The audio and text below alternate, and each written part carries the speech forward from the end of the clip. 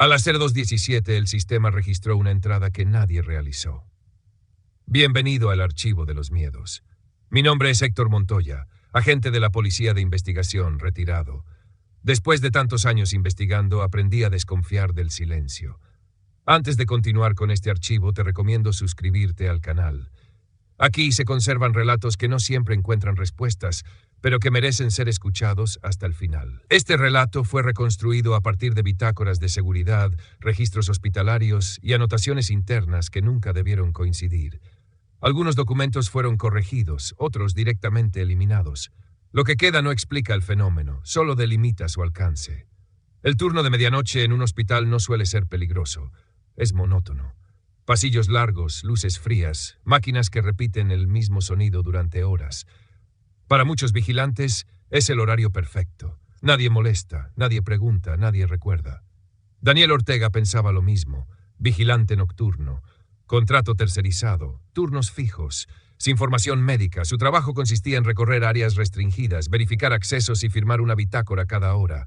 No interactuaba con pacientes, no accedía a expedientes clínicos, no tomaba decisiones.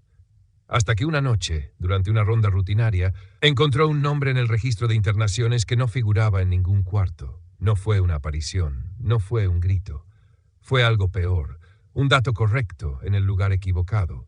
Al día siguiente ese paciente no existía, ni para el sistema, ni para el personal, ni para los archivos diurnos.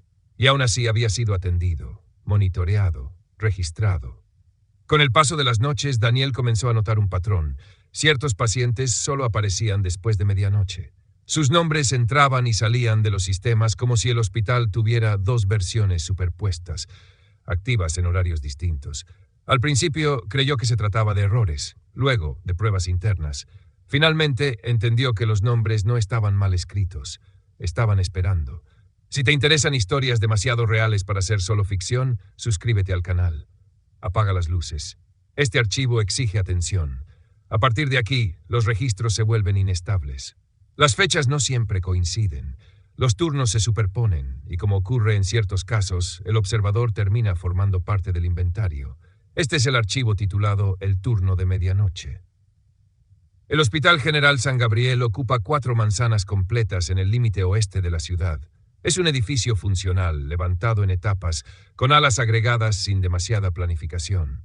Pasillos que cambian de numeración, puertas que llevan a sectores clausurados. Señalización corregida más de una vez. Durante el día, el hospital funciona como cualquier otro. Tráfico constante, personal rotativo, familiares esperando noticias. De noche, en cambio, se convierte en otra cosa. Una estructura que respira lento, sostenida por luces de emergencia y rutinas mínimas. Ahí trabajaba Daniel Ortega, 39 años, exmilitar, sin antecedentes penales. Contratado por una empresa privada de seguridad que cubría el turno nocturno con personal reducido. Daniel trabajaba solo en la mayor parte de la madrugada. Un supervisor aparecía una vez por semana. El resto del tiempo las rondas quedaban a su criterio. Su rutina estaba definida por la bitácora. Cada hora debía marcar presencia en puntos específicos: entrada principal, ala norte, estacionamiento, archivos clínicos, urgencias. Firmaba con nombre completo y hora exacta. El sistema era mixto, papel y registro digital. Redundancia pensada para evitar omisiones. La primera irregularidad ocurrió un martes. Durante la ronda de las Cerrado, Daniel notó una hoja adicional en el registro de internaciones nocturnas, ubicada en un mostrador secundario que solo usaba el personal administrativo del turno tarde. La hoja no debería estar ahí a esa hora. El encabezado era correcto, fecha correcta, tipografía habitual. Había 3 nombres. 2 de ellos correspondían a pacientes reales internados en terapia intermedia.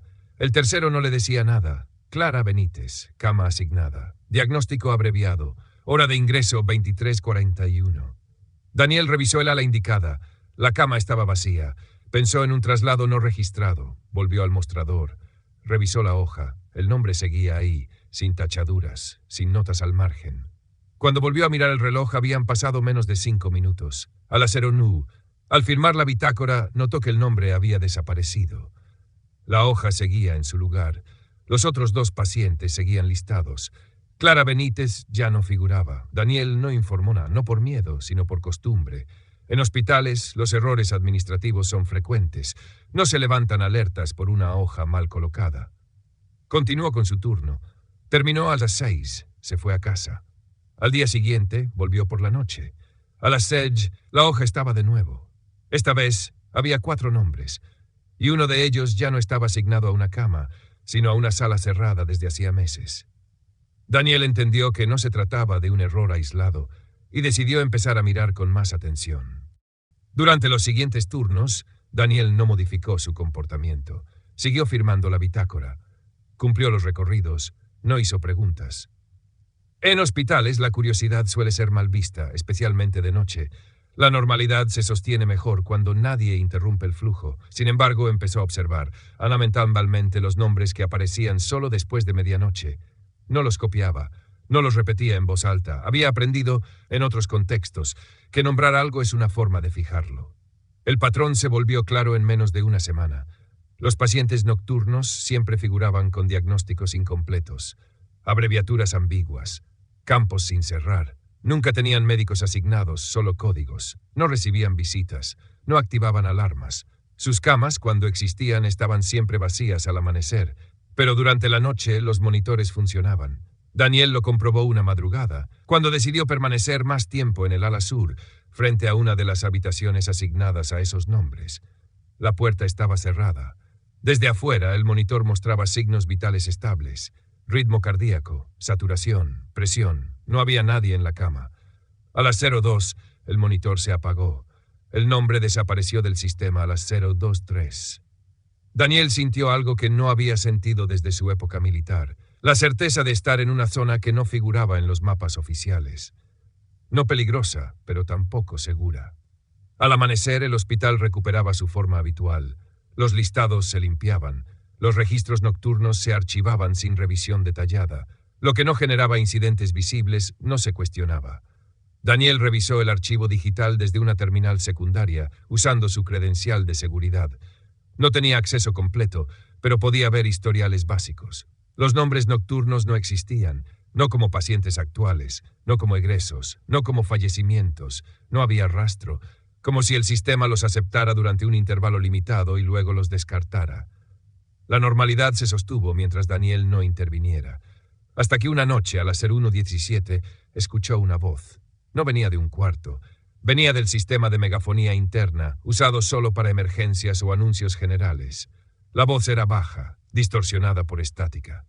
Pronunció un nombre completo. Daniel lo reconoció. Estaba en la lista nocturna. El anuncio se repitió 2 veces. Luego, silencio. Daniel corrió al sector correspondiente. La puerta estaba abierta. La cama vacía. El monitor activo. Mostraba un pulso irregular. A las 01:19 el monitor marcó línea plana. A las 01:20 el nombre desapareció del sistema. A las 0:22 un camillero pasó por el pasillo, empujando una camilla vacía, como si nada hubiera ocurrido. Daniel no habló con él. Volvió a la garita y escribió una sola cosa en la bitácora, fuera de formato: los pacientes se van antes de que alguien los vea. Esa anotación fue tachada al día siguiente, no por él. Y esa fue la primera vez que Daniel entendió que alguien más estaba leyendo los registros nocturnos, y que no todos los lectores eran humanos. La bitácora volvió a su formato habitual. La anotación de Daniel había sido cubierta con una línea gruesa de marcador negro, no una corrección administrativa, no una aclaración, un gesto de borrado deliberado, el tipo de trazo que no busca prolijidad, sino silenciamiento. Daniel no dijo nada, pero comenzó a guardar copias mentales más precisas. Horas exactas, secuencias, detalles mínimos que no figuraban en ningún protocolo. Sabía que, si dejaba un rastro escrito, desaparecería. Así que eligió otro método: recordar sin registrar. Esa misma noche, a las 0:43, el sistema agregó un nuevo paciente nocturno: Tomás Ledesma. Sala U3. Estado: observación.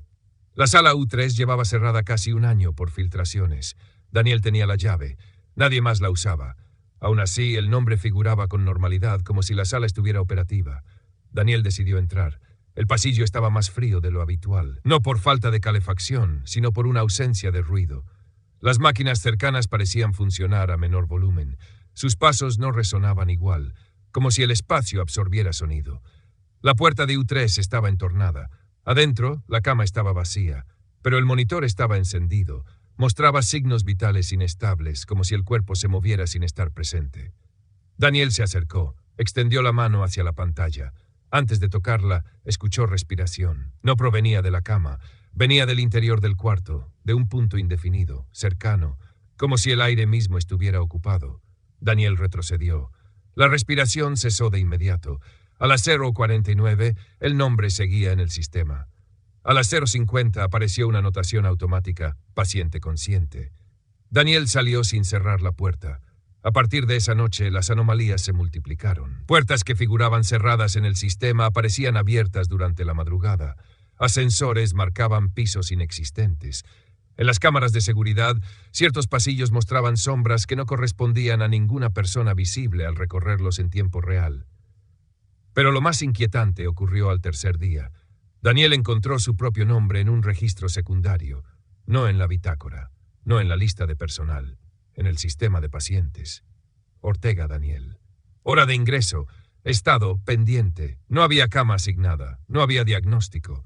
El campo de observaciones estaba vacío. Daniel intentó borrar la entrada. No pudo. Intentó editarla. El sistema se congeló. Al reiniciar la terminal, el nombre seguía ahí, inalterado. Durante el resto del turno, cada vez que pasaba frente a un monitor activo, el pulso se aceleraba levemente. No lo suficiente como para activar alarmas, solo lo justo para marcar presencia. Al amanecer, el nombre desapareció. Daniel se fue a casa con la certeza de que algo había cambiado de estado. Esa noche, al regresar, notó una diferencia inmediata.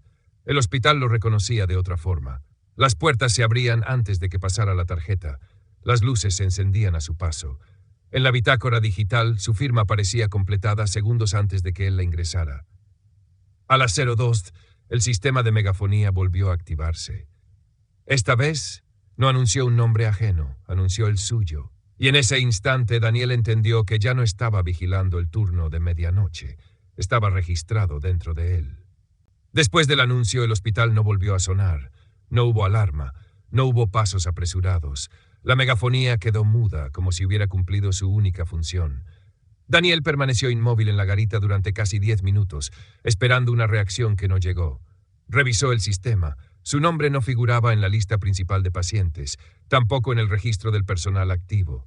Aparecía en un apartado distinto, uno que no había visto antes. Ingresos en observación, turno nocturno. No era editable, no mostraba historial, solo un estado persistente, pendiente. Daniel decidió comprobar hasta dónde llegaba esa categoría. Durante la ronda de la Serumi, intentó acceder a sectores que normalmente requerían autorización médica. Las puertas se abrieron, sin tarjeta, sin clave. En la pantalla, su credencial aparecía con un nivel de acceso que no le correspondía. En el ala de cuidados intermedios, encontró algo nuevo, una cama ocupada. No figuraba ningún nombre en el monitor, solo una línea continua y estable. El cuerpo estaba cubierto hasta el cuello. Daniel no se acercó de inmediato. Observó desde la puerta. El pecho subía y bajaba con regularidad. El rostro quedaba en sombra. En la hoja de registro, la cama aparecía asignada a Clara Benítez. El mismo nombre que había iniciado todo. Daniel retrocedió. Cerró la puerta. Al volver a mirar el sistema desde la terminal más cercana, el nombre había cambiado. Ya no era Clara, era otro. Y luego otro más, en intervalos de minutos, como si la cama no perteneciera a una persona, sino a una función. A las 02:30 encontró una anotación nueva en la bitácora. No la había escrito él. El turno reconoce a quienes permanecen. La tinta era digital, pero la frase tenía un tono humano, demasiado específico para ser automática. Daniel intentó llamar al supervisor. No hubo señal. Intentó salir del edificio por la entrada principal. Las puertas no respondieron.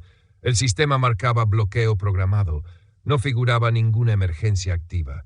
El hospital había entrado en modo nocturno pleno, y él formaba parte. Si este archivo te resulta inquietante y decides continuar escuchando, considera suscribirte al canal.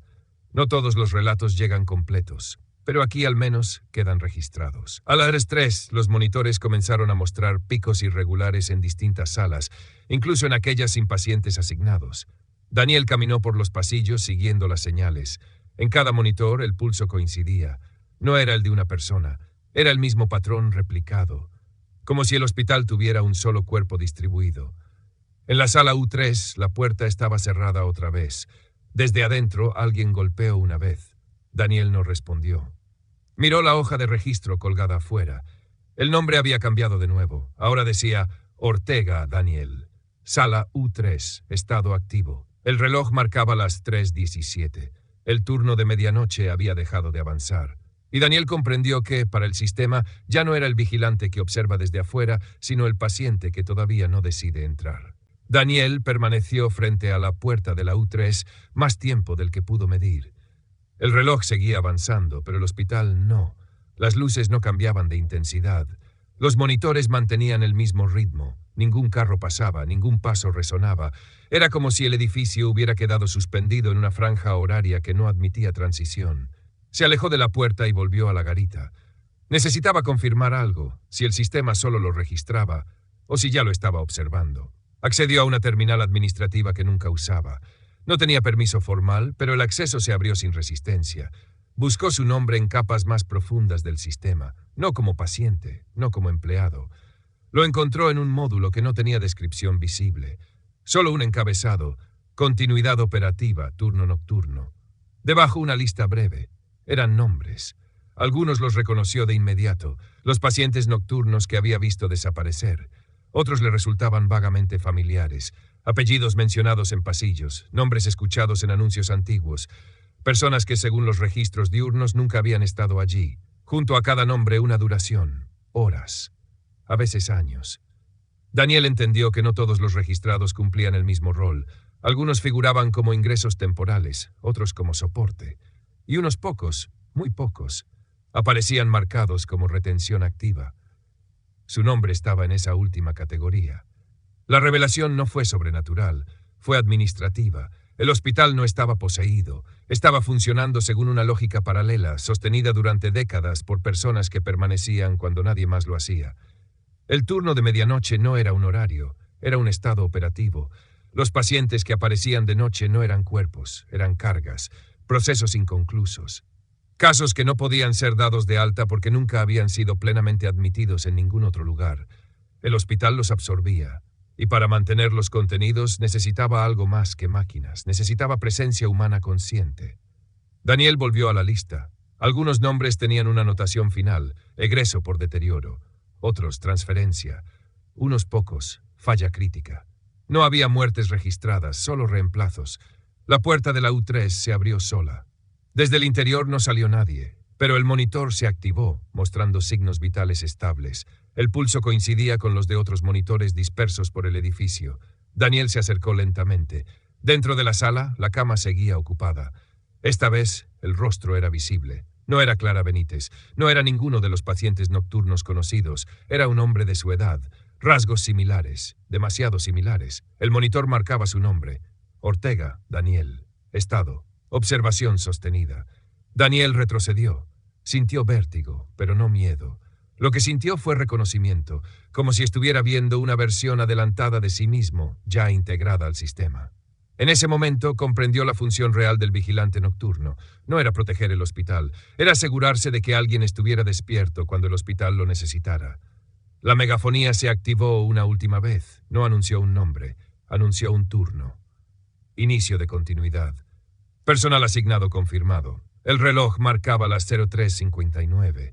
A las 4, el sistema cerró todos los accesos externos, y Daniel entendió que ya no se trataba de evitar la U3, se trataba de decidir cuánto tiempo podía seguir sin ocuparla. A las 4:01, el hospital volvió a emitir sonidos, no pasos, no voces, procesos, impresoras térmicas activándose en sectores administrativos cerrados, ascensores recalibrando sin moverse, monitores reiniciando en cascada. El edificio no despertaba, se reorganizaba. Daniel permanecía en el pasillo frente a la U3. Sabía que si entraba, el sistema cerraría el ciclo. No lo convertiría en paciente en el sentido clínico, sino en algo más estable. Una presencia continua. Un punto fijo que el hospital usaría para sostener lo que no podía procesar durante el día. Pero también entendía otra cosa. Si no entraba, el turno no terminaría. El hospital necesitaba resolución, y como todo sistema diseñado para no fallar, la obtendría de alguna forma. Daniel decidió probar un último límite. Caminó hacia la salida de emergencias del ala sur, una que no dependía del sistema central. Forzó la puerta con el cuerpo. La alarma no sonó. Afuera, el estacionamiento estaba vacío, iluminado por farolas que no proyectaban sombras claras. Dio un paso. El suelo cedió, no como un derrumbe, como una corrección. Daniel sintió el vértigo de quien pisa un escalón que no está donde debería. Cayó hacia adelante y por una fracción de segundo el mundo perdió continuidad.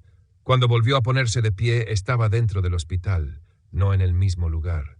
Estaba en un pasillo que no figuraba en ningún plano, más estrecho, sin señalización. Las paredes estaban cubiertas de placas metálicas con nombres grabados alineados como etiquetas de archivo. Algunos estaban tachados, otros pulidos por el uso. Entre ellos reconoció varios de los pacientes nocturnos, y al final del pasillo una sola puerta. No tenía número, solo una palabra: retención. Daniel entendió que no se trataba de un castigo, sino de una consecuencia lógica. Había cruzado el umbral al intentar abandonar el turno sin reemplazo. El sistema no podía permitir un vacío. Dentro de la sala no había cama, había una consola, pantallas que mostraban listas en tiempo real, nombres entrando y saliendo, cargas activas, procesos incompletos.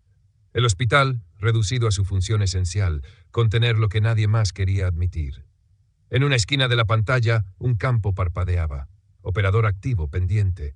Daniel apoyó la mano sobre la consola. El contacto fue suficiente. El campo cambió.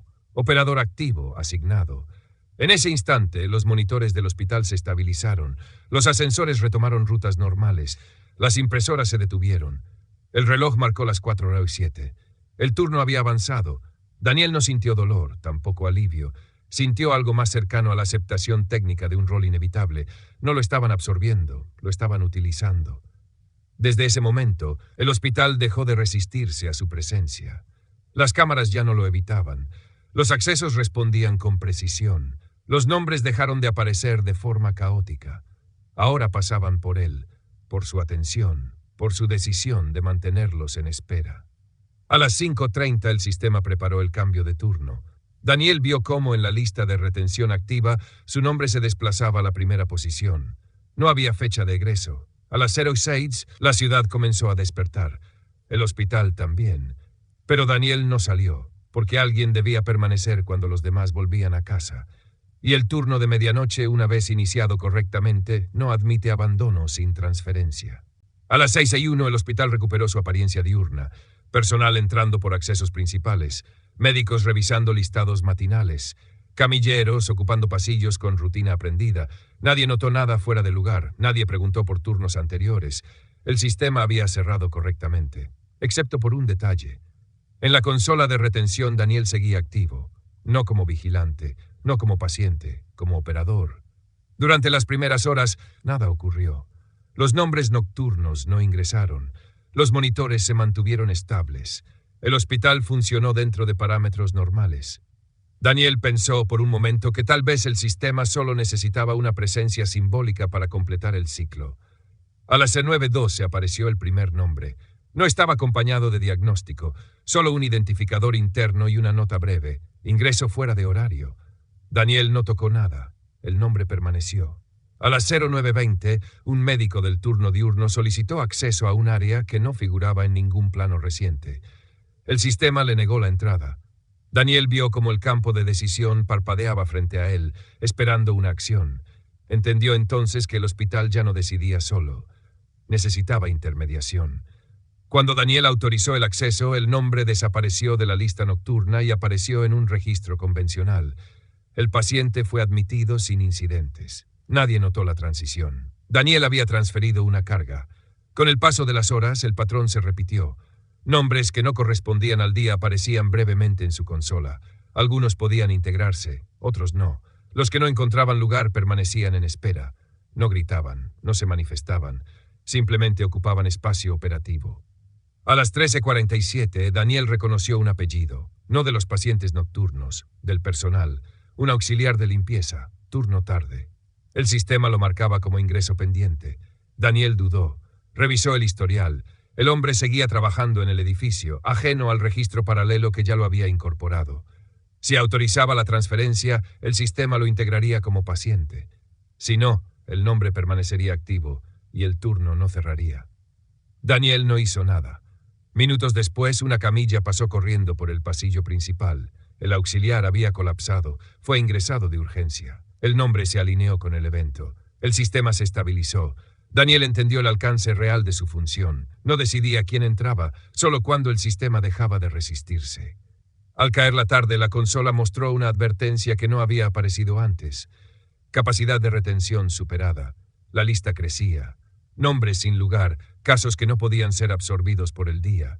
Daniel sintió la presión física de la acumulación, no como dolor, sino como saturación cognitiva. Cada nombre exigía atención. Cada omisión prolongaba el turno. A las 23:58 el sistema emitió una notificación final, relevo requerido.